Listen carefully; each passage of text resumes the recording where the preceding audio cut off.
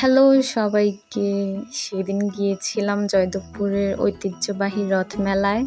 আমার মামাতো বোন আর জেম্বু এসেছিল, তাই আমরা ভাবলাম যে মেলা থেকে ঘুরে আসি।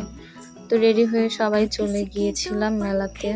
মেলায় যাওয়ার সাথে সাথে আমাদের সবার গলা শুকিয়ে গিয়েছিল, পরে আমরা লেবুর শরবত খেলাম।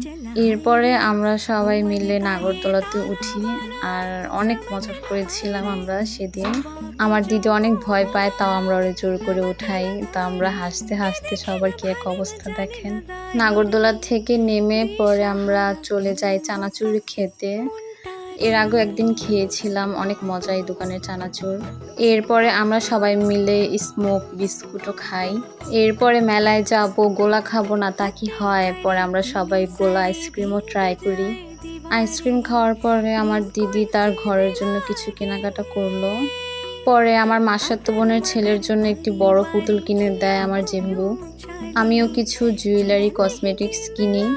পরে আমরা পিঠা এবং সন্দেশ বানানোর ছাঁচও কিনি। পরে আইসক্রিম খেয়ে আমরা বাসায় এসে পড়ি। আজকের জন্য এতটুকুই। সবাই ভালো থাকবেন।